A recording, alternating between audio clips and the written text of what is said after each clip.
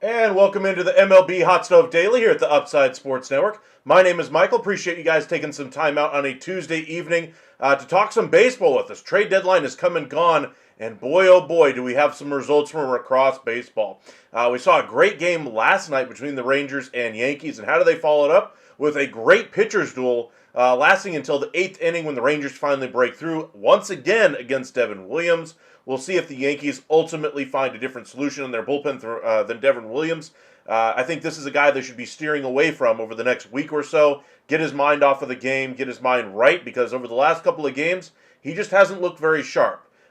Today, he looked a little bit better than he did, at least in the game we saw yesterday, but not much better results as the Rangers end up taking the game 2-0 behind the future American League Cy Young Award winner, Nathan Eovaldi.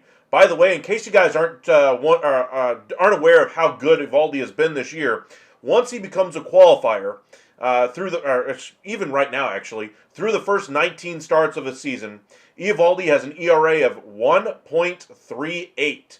That's good for top 5 in Major League Baseball history through 19 starts. Now, he's going to have to qualify for the ERA in my mind in order to be able to get the Cy Young, so he's got to be able to make these starts down the stretch, which isn't exactly a given his injury history, but he should be the American League Cy Young Award winner. He's far better this year than even Tarik Skubal, and yes, I know how good Tarik Skubal is this year. That just tells you how good Nathan Eovaldi has been. He absolutely deserves the roses there. So be sure to hit that like and subscribe if you haven't done so already, and let's dig into some of the news around Major League Baseball.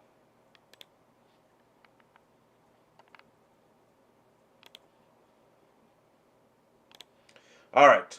So one of the first things I want to get into is some of the releases that have happened over the last couple of days.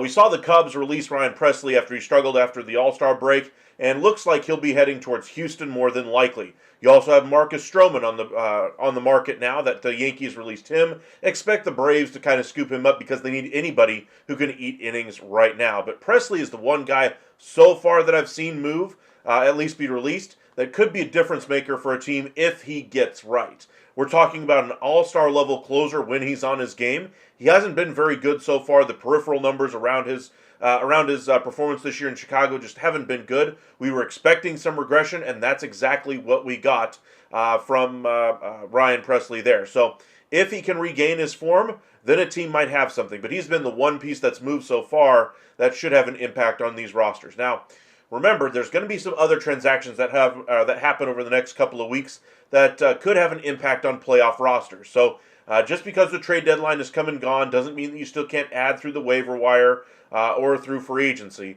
But those are kind of the avenues that you're stuck with right now. You're hoping for reclamation projects. If you're desperate in the bullpen, i.e. the New York Yankees right now, they've kind of revamped that bullpen, and so far they've gotten some really mixed results from a lot of their additions here. Bird was actually optioned to AAA. We spoke, or before the trade anyway, about Jake Bird's numbers away from Coors Field. And we said, a 7.4 ERA away from Coors Field, and at Coors Field he had a 2.84 ERA. Maybe it's just home cooking. He wants to play at home. Well, we still haven't really seen him play in Yankee Stadium. That's first and foremost. So if it is home cooking that he needs, going on the road certainly didn't help. And by the way, things have not gone well in his 2 outings that we've seen him in for the Yankees so far. Basically being the reason the Yankees have lost a couple of games here.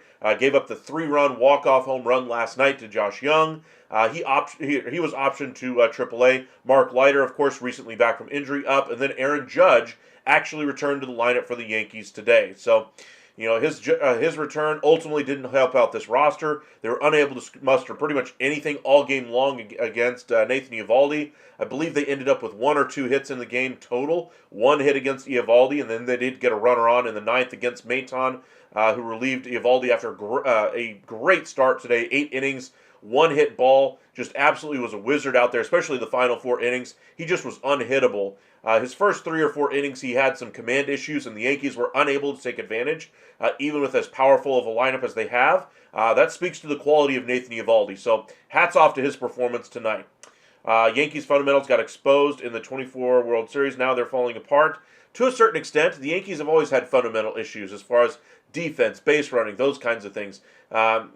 that's kind of what they're built on. They're built on slug. They're built on power. They're built on the big lurking guy out there in Aaron Judge and Giancarlo Stanton. That's the mold of the player that they like, and for better or worse, that's the way they're going, down with the ship or not. And they had a nice run last year, obviously. But Garrett Cole down this year, missing Stanton for a couple of months, Heel for a couple of months, Aaron Judge for the last 10 games, and now he's unable to play the field the rest of the year. This just isn't the Yankees' year. It looks like they're still in playoff positioning. I'm not expecting them to miss the postseason.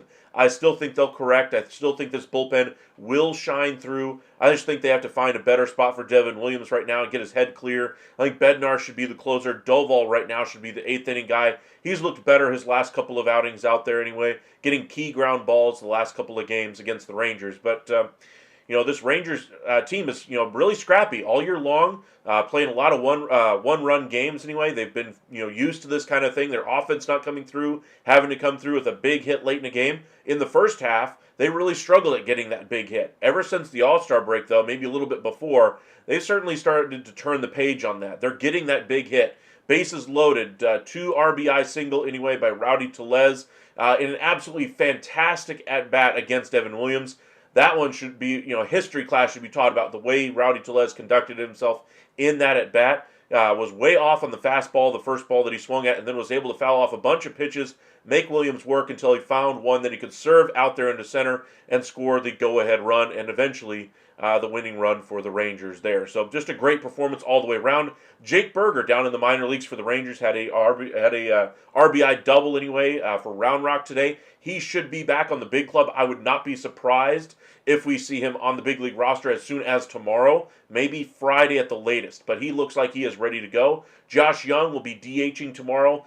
Jock Peterson had a nice game again today, so maybe this is a good sign of things to come for the Rangers offense. Around the league, though, let's get into some of the numbers from around the league and catch up on some of the scores. Blue Jays 7-4 currently over the Rockies. Rays 7-2 over the Angels. Mariners 3-1 currently over the White Sox. Closer game than I thought it was going to be with Wu on the mound there. Diamondbacks again on top of the Padres. Padres not pulling it out so far, but only a one-run deficit there in the bottom of the fifth. Dodgers 5-2 over the Cardinals currently. And then the finals of the day. Giants smoke the Pirates anyway. Good for them to get back on the winning side and back to 500 on the season. Twins figure out how to win a ball game against their former teammate, Chris Paddock. They win 6-3 against Detroit in Detroit there. Houston continues their winning ways against the Marlins today. 7-3 winners. Miami struggling in the last couple of days to get some runs across the board against a weary Astros pitching staff that's hoping to get some reinforcements tomorrow with Arrighetti taking the start tomorrow as well. Nando, Brendan, Ethan, welcome in. Cy Young, Eovaldi, 10-3 with a 1.38. Absolutely. 5 best all-time with 111 innings. What are you going to do when Nathan Eovaldi comes for you? Absolutely great great line there, Ethan, in honor of Hulk Hogan, who had his funeral today with a private ceremony at a church in Florida. Said to be about several dozen people in attendance there, but best wishes to his family and friends. Leiter will go tomorrow for the Rangers. We'll check in on the Yankees as well. I think it's Rodon that goes for the Yankees as well. Yankees fundamentals, as you mentioned there, Nando. Yes, Brendan, Astros' new lineup finally waking up. To a certain extent, I'll agree with you there. I just want to see the rest of this team continue to improve. They roughed up Alcantara last night. They got to Quantrill today. Maybe this is a sign of things to come for this Astros offense. I'm hoping it is, because I still think this is a good Astros team. I just have my worries about how this team is going to go if they don't end up getting Yordan Alvarez back. So we'll have to see how things go there as well. Mark, Texas going to get the sweep? We shall see. My prediction was 2-1. Rangers win the series, but ultimately drop the finale. So far, that prediction is held true. We'll see if that happens tomorrow.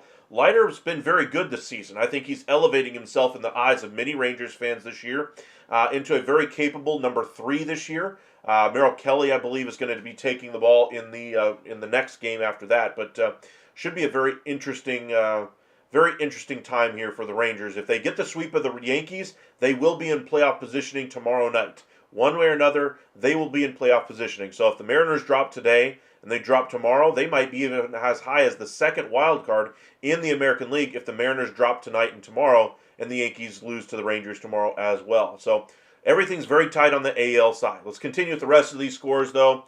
A's whip up on the Nationals 16-7, 24 hits in that game by the A's. That offense is certainly looking lethal. Phillies blank the Orioles 5-0. Red Sox continue to cruise with Crochet on the mound, 6-2 winners against the Royals in Boston. Guardians 3-2 winners against the Mets. Mets falling upon some tough times there.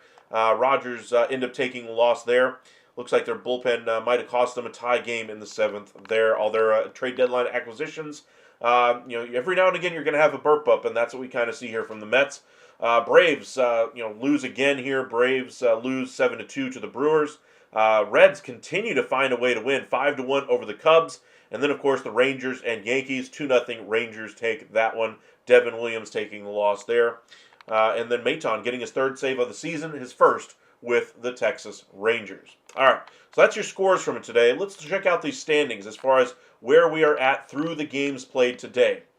The division leaders still pretty much the same. Jays, Tigers, Astros. Your wild cards still currently the same, but the Mariners and Yankees are flip-flopping here, with the Yankees dropping their fifth straight game, losing 3 in a row to the Marlins and now 2 straight to the Rangers. Bedlam has emerged here for the Yankees. We'll see if they can quiet the noise on the outside of the clubhouse, focus on the task at hand, and achieve the very achievable. I think this is a very good team. It's just a matter of getting out of their own heads, but they need to figure out something to do with Devin Williams. For me, Devin Williams just needs to go away, just be sitting at the end of the bench, sitting at the back end of the bullpen there, and be, just kept away from for the next week or so. Just don't let him get into a game. Let him get his mind right, because his command is not there. His conviction with his pitches is not quite there. A 5+ ERA now is on the season is not going to cut it. This was supposed to be a difference maker for them this season. Remember, they made the trade this offseason in the kind of the aftermath of Juan Soto leaving. So they went ahead and brought in Max Fried. They brought in Bellinger. They brought in Devin Williams and Goldschmidt. And this was supposed to be one of those pieces that really elevated their performance in the bullpen. They said, Luke Weaver, you're a great bullpen piece, but we need another elite guy back there. And Devin Williams was supposed to be that guy. But an ERA of, I'm guessing, over 5.5 now after having multiple runs score against him the last couple of games. It's just not getting the job done. So we'll see if they end up sitting down Devin Williams and saying, hey, dude, clear your head, work on a couple of things with our pitching coach over the next couple of days, and we'll try to get you in a game at the beginning of next week. I'd basically just sit him down and say, look, that's it. We're done. We're going to go ahead and go with other guys in this bullpen. We have plenty of arms to go to. If we need you in a pinch, if we're, every bullpen arm has been exhausted, then we might go to you. But right now, you need to get your head right. And so Bednar should be the closer right now. Doval, the 8th inning guy. Weaver, kind of mix and match here and there. But they did address the bullpen quite effectively at the deadline, I thought. But those additions haven't worked out well. All of their bullpen additions basically blew it in one game against the Marlins, I believe, on Friday. Bednar was in that kind of a mix, but ever since then, he's been good. Same thing for Doval. Bird's blown a couple of games for them. Williams, who was already on the roster, has now blown a couple of games for them as well. So things aren't looking good for Devin Williams. He's going to be a free agent in the offseason. He's still going to command a pretty penny in free agency with that talent.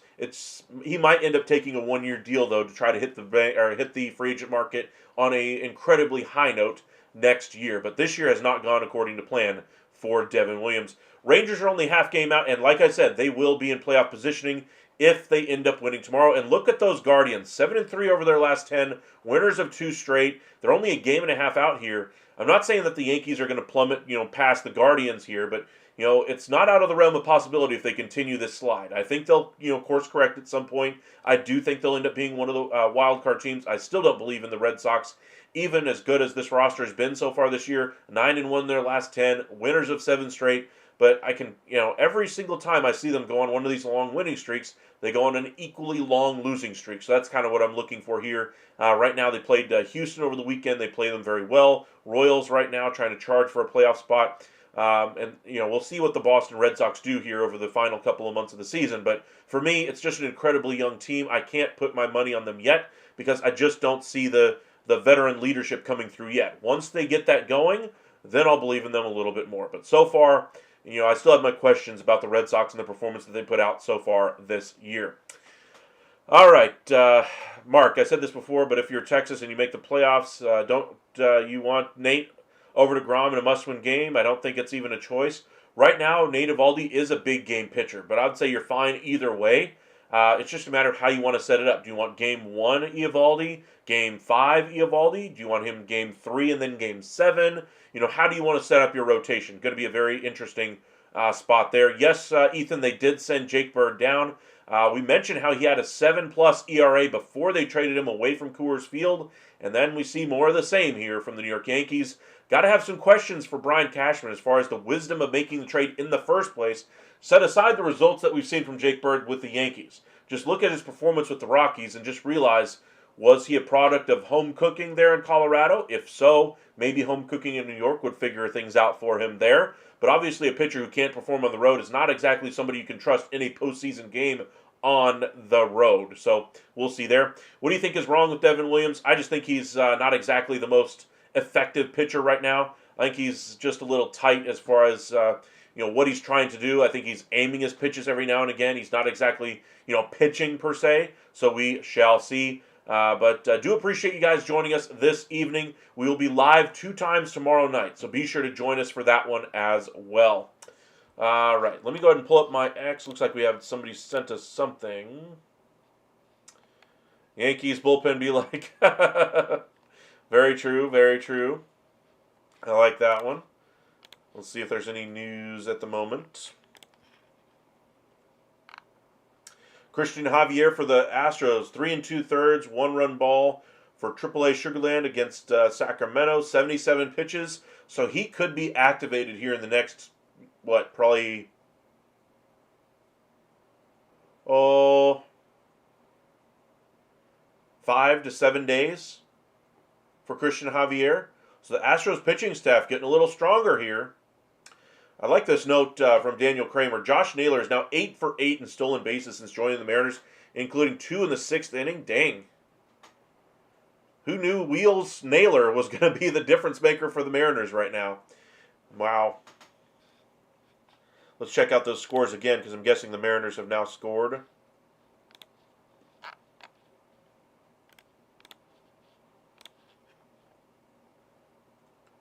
Yeah, 5-1 in the bottom of the 6th. Looks like they're going to trounce the White Sox tonight. Anthony Michael, why do you think MLB completely eliminated the waiver trade deadline? Was it too confusing where they felt teams were taking advantage of it way too much? Neither one of those points. I think the bigger picture for them is they wanted the trade deadline to be the trade deadline. They didn't want to have a second trade deadline with the waiver deadline, all those kinds of things. They just wanted their teams to be set by the time you get to August, and then really allow the fan bases and the teams to kind of grow behind them. You don't want this story to kind of be ongoing until you get to September, and then you get the September call-ups. You want to see pennant race baseball in its best and most purest form, and force teams to make decisions earlier. I know there's a proponent of fans out there who want to see the trade deadline moved into the middle of August. I'm not a proponent of that. While it would clear up a couple of things as far as where teams stand. For instance, if you were let's see here. If you're on the American League side, if you are we know the Rays sold here at the deadline, but if you're the Royals, if you're the Angels, do you now sell here at the deadline?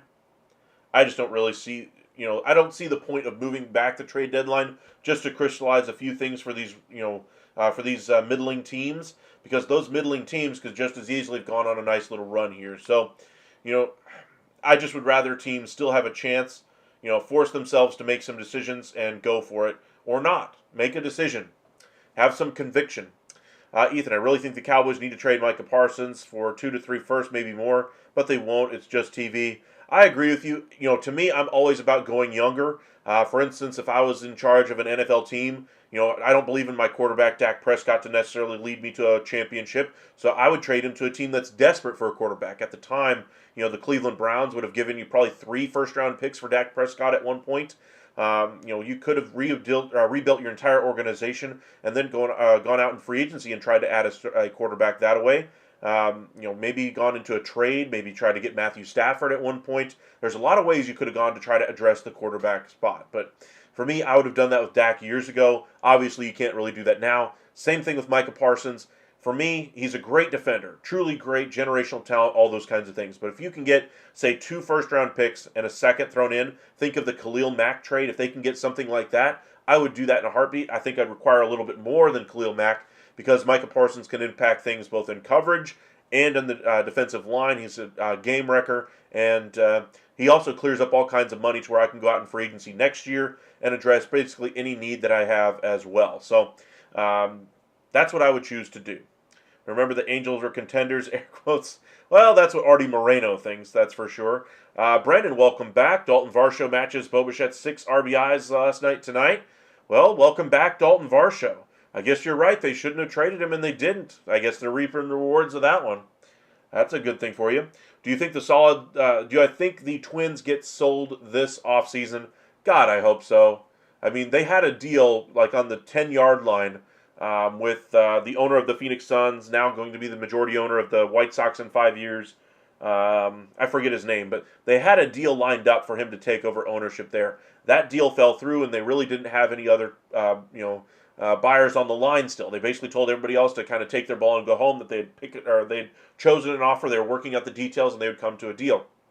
Well, now they basically got to go back to ground zero, and now with them clearing off a lot of finances on the books, maybe they can get a little bit better price for the product, but we will see. As a fan of the Minnesota Twins, one of my first ever favorite teams, I really hope they're able to get the team sold, because this team has not been able to invest in free agency. Not that I think that they should right now. I think they should be trying to sell off as many pieces as they can, go through a rebuild process here for the next couple of years, and then hit the ground running thereafter with some really good talent. They have some really good outfield talent coming. They have a couple of really good starters in the rotation right now, but those two things don't line up. You're going to have to trade those starters before those outfielders get to the big leagues, and you're just going to have to figure things out. Matt Ishbia, yes, that's his name. Thank you, Brandon.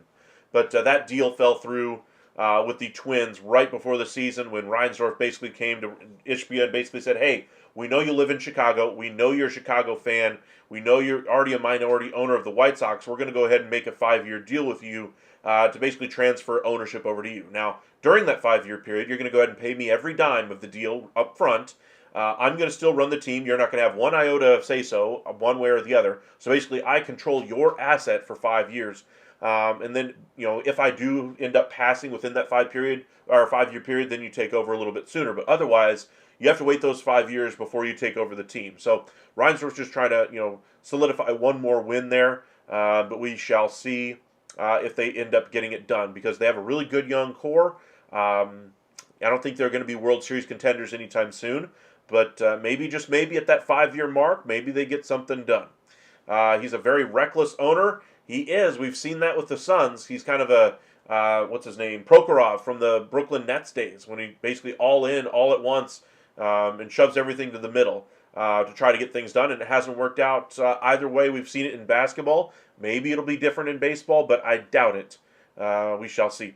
Anthony, Michael, do you think it hurts Miami that they constantly get owners from up north that don't understand the sports market down here, and instead, if I had a team sold to someone who understands Miami sports, it's tough to sell in that market anyway. I'm not saying you can't build a successful franchise in that area. I'm just saying that there are a lot of other interests to do in that area. It's not necessarily front of mind.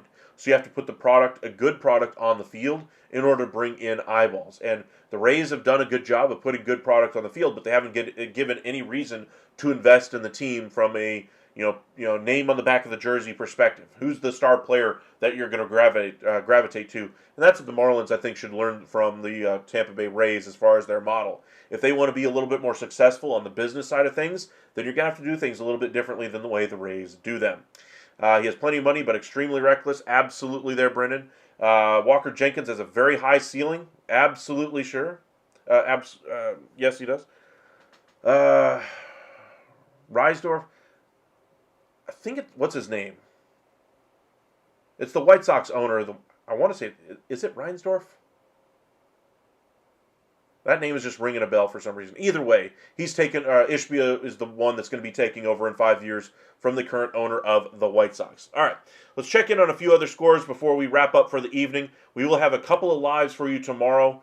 I'm debating on still doing a baseball game tomorrow for you guys. Maybe doing that Rangers finale against the Yankees tomorrow. That should be a very good one. 6-1 now, Mariners lead. Rays 7-3 over the Angels. Looks like the rest of the scores are still pretty much the same. Blue Jays end up taking that one. Okay, let's look at the schedule for tomorrow. Some of the starters we shall see.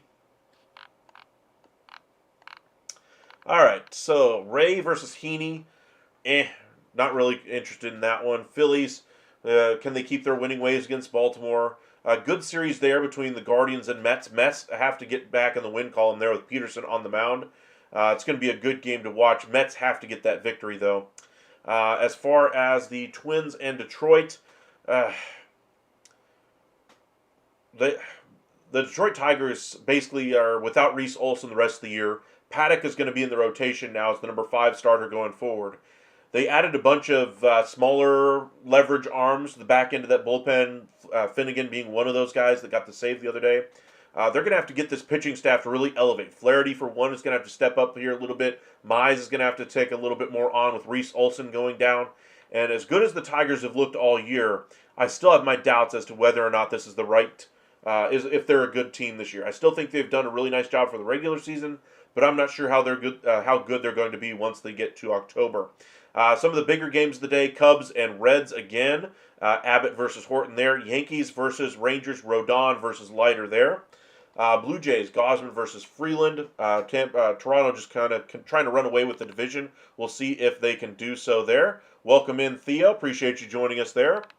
Tampa and LA, I think the winner of that game ultimately stays in the wild card hunt for the American League. The loser likely packs their bags and tries to build for next year. Good series, Cardinals versus Dodgers so far, but Ohtani takes the mound there. That'll be kind of eye-opening there. And then the Astros look to take the sweep against the Marlins with Arrighetti on the mound in his return. The Royals and Red Sox, Waka versus May. I can't remember if May's already made one start, but either way, Red Sox need to finish off that the sweep there against the Royals with their 7-game win streak. If they can do that, and continue their winning ways and playing strong baseball here down the stretch, they very well could solidify themselves a playoff spot. But for me, they're an incredibly young team. I still have my doubts, as we have gone on about. And then, of course, in the nightcap, the Mariners versus the White Sox. We'll see if the Mariners are still in playoff positioning tomorrow or not. All right. Let's try to go through a couple of these comments before we head out for the evening. If you trade Parsons, the Dak era is over, and you don't think trade all those picks for Arch Manning. I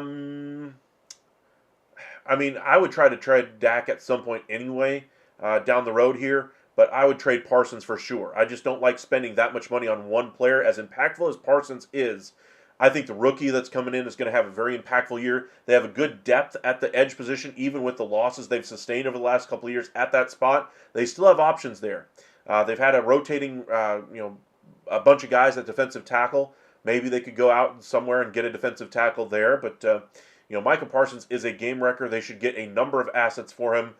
For me, I would set the price at 2 firsts, a second, and then a quality player. So, for instance, if you need a defensive tackle, maybe you target a team that has a defensive tackle that they might be willing to part with. Would you consider Micah for Kayvon and Pleth's deal? No. Not even close. Michael's deadline has been pushed back in the middle of August instead of where it is now. Do you think Miami would have gotten a true assessment of Sandy and Edwards' value? No, I don't think so. I think they're just hoping to build their value a little bit more. You think Texas would be able to re-sign Maton and Colom and Kelly? Those would be my 1, 2, 3 free agents to re-sign. I think Maton and Colom. I think Colom very well could re-sign with the Rangers. He's a local area player. I think he's had a great season. I think he would like playing for the Texas Rangers next year. Maton's a different question. I'm not sure he'll be back. And then as far as Merrill Kelly, I do think they'll retain him. I think he and Bochy are going to speak the same language. He's going to fit really well in with Eovaldi and DeGrom, and we're just going to have a 3-headed monster of mid-30s rotation, and then have Leiter as the 4, and then probably Kumar Rocker, Bradford, somebody like that in the 5 spot. I wouldn't rule out them trying to bring back John Gray as well as kind of a multi-inning reliever, give him, say, 2 years, $20 million as kind of a fallback option in the bullpen. Now, remember, if Jock Peterson ever turns out to be anything offensively, I think it's gravy at this point. Otherwise, it's a sunk cost. They were supposed to go after some of the bigger bats this offseason, like Kyle Tucker and Alex Bregman. There are some other guys to kind of keep an eye on as well for the Rangers. But I just wonder, with the addition of Merrill Kelly to this rotation and their need to kind of keep that starting pitching intact, if they instead just kind of triple down on pitching, they bring back Kelly, bring back Gray, bring in Colom, and try to add to the back end of the bullpen an elite closer, that away. Maybe an Edwin Diaz, if they can lure him away from the Mets, would be another option there as well. But we shall see. Yeah, if I'm the Twins fans, heck no, he's terrible. Well, if I'm the Twins right now, I'm just going through a rebuild process. I don't really care, I don't really care too much about my ownership situation until I get the team performing well at all levels. They have some good prospects coming, mostly on the position player side, but they need to continue to rebuild that farm system if I'm the Twins. Welcome in, Theo. Hat tip to your Rangers tonight. Jump the Yankees tomorrow. We shall see. I do think it's very possible. To me, I still think the Yankees win tomorrow. I love Jack Leiter, but I just think the Yankees are due to win one. They've had a lot of games go against them recently. I think the, what do they call it, law of averages or something along those lines is eventually going to work in the Yankees' favor, and they will win a game or two the way they've lost them recently. If the Yankees get swept tomorrow, Boone officially gets put in the hot seat. I would say that's very true. Not that he earned it. I think that he's had some really tough spots thrust upon him. Injuries this year. Cashman continuing to not add the right pieces. I think Boone had the ear of Cashman at the deadline, basically saying, get me somebody with versatility. Caballero. Get me somebody who can hit left-handed pitching. Bring in Slater. Bring in Rosario. Those, to me, are not the typical Brian Cashman moves. We usually see him go for the lumbering outfielder, another power guy like Joey Gallo, Giancarlo Stanton. Those are typically the targets of a Brian Cashman. These targets that we saw at the deadline are not. And I wonder if Aaron Boone had a hand in that. Now, as far as the bullpen, I'd say most of those trade deadline acquisitions are going to work, but I doubt the wisdom of a Jake Bird. Maybe he just liked the arm angle, but obviously it didn't work out too well because they quickly moved him down to the minors as well. What is going on with YouTubers? Just my end? I don't see any. Well, I know my screen is kind of locked up, so I can't really see what's going on. So I'm hoping my screen is right for you guys, but it looks like it's just on my end as far as me not being able to watch while I'm going here. But we shall see. 3 first and Ed Oliver for Parsons from the Bills. The Bills aren't offering that first and foremost, but if they did, I sign on the dotted line as fast as I can before the Bills take the offer off the table. Now, the Jets, to me, would be the team I would try to go to. Maybe a Quinnen Williams, something along those lines as far as defensive tackle. Maybe you get a first out of the deal as well, and maybe a second. I doubt you get 2 firsts and Quinnen Williams. But that would be the type of trade I would try to do if I'm the Cowboys looking to move on from Micah Parsons. All right, appreciate you guys joining us this evening. We'll be back live again tomorrow afternoon. I'm not sure if we'll do a game or not, but we will have an afternoon live. We'll talk a lot about kind of the games of the day. We'll talk a little bit about some NFL as well, with training camps underway, and a lot of people starting to ask us about it. We'll also take a look at how things are standing, or how things are going to fare here in the wild card race. We'll also do our updated power rankings for you guys tomorrow as well in our evening episodes. Be sure to tune in tomorrow night. But thank you guys for all the support that you've given us. We'll have a couple of videos coming out tomorrow. Kind of took a little bit of a siesta, kind of getting my bearings again after a very long live on Thursday. And we'll be back into the full swing of things beginning tomorrow. So we'll have a few videos coming out. We'll have our afternoon live, our evening live, and we may even do a game as well. But thank you guys for your support. We'll see you guys again tomorrow night. Stay safe out there, everybody.